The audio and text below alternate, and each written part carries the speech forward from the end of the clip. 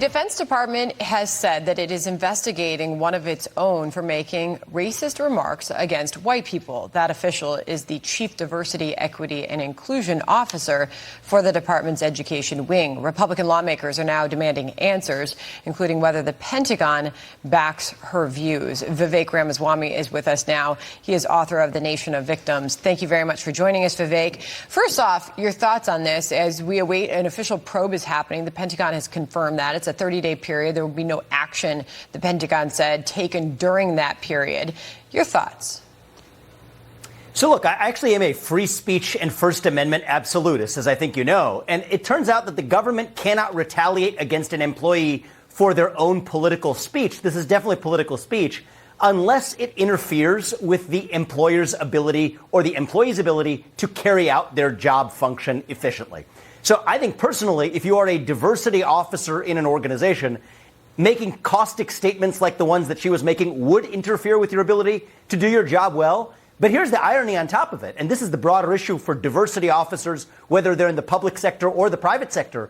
It's no accident that it's people who express this viewpoint that happen to be the ones who actually get repeatedly elevated to the position of being a chief diversity officer, because in our modern culture, diversity means conformity of embracing toxic, racist perspectives in the guise of diversity, equity, and inclusion. So I think there's a couple layers to it, Sandra. I will put one of Kalisa Wing's tweets up on the screen, dated July 23rd, 2020. Obviously, one of the tweets that is at the center of this, saying, quote, "I'm so exhausted at these white folks in these PD professional development sessions." This lady actually had the Caucasian audacity, to say black people can be racist too. "I had to stop the sessions and give Karen the business. We are not the majority. We don't have power." So while the Pentagon says this is being investigated, no action will be taken in the period of investigation.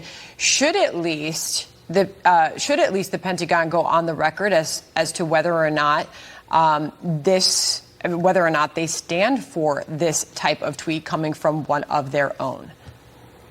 I think that's the easy thing to do here. You hit the nail on the head, is to be able to express the fact that this does not represent the view of the U.S. military. This does not represent the view of the Pentagon. I think part of the problem is the reluctance of many in our military to be able to say that out loud reveals actually where the new allegiances lie. And it's parallel to the problem that we see in corporate America. I give you a simple litmus test, which is that if you could switch out the black for white or the white for brown, and it would still be racist to say it, then it's still racist to say it before you flip the words out around.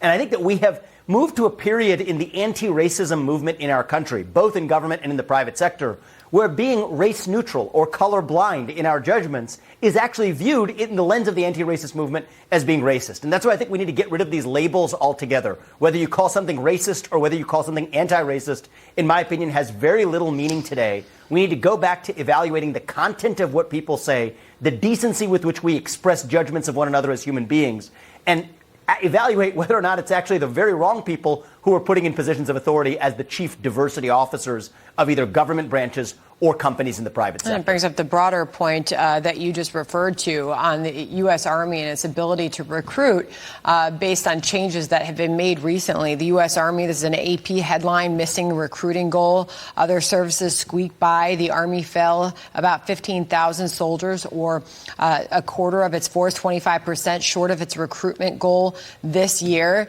This obviously plays into a much bigger picture about the challenges that we face as a nation in recruiting for our military, Vivek. Absolutely. And do I think that this allows the military to be better equipped to protect the United States interests? No, I do not. I don't think the Chinese military is obsessing about their diversity, equity, and inclusion practices. I don't think the U.S. military should be focused on ancillary priorities either. Focus on excellence. That's what we need out of our military. Vivek Ramaswamy, thank you very much for joining us on that. Good to see you. Thank you. Brett?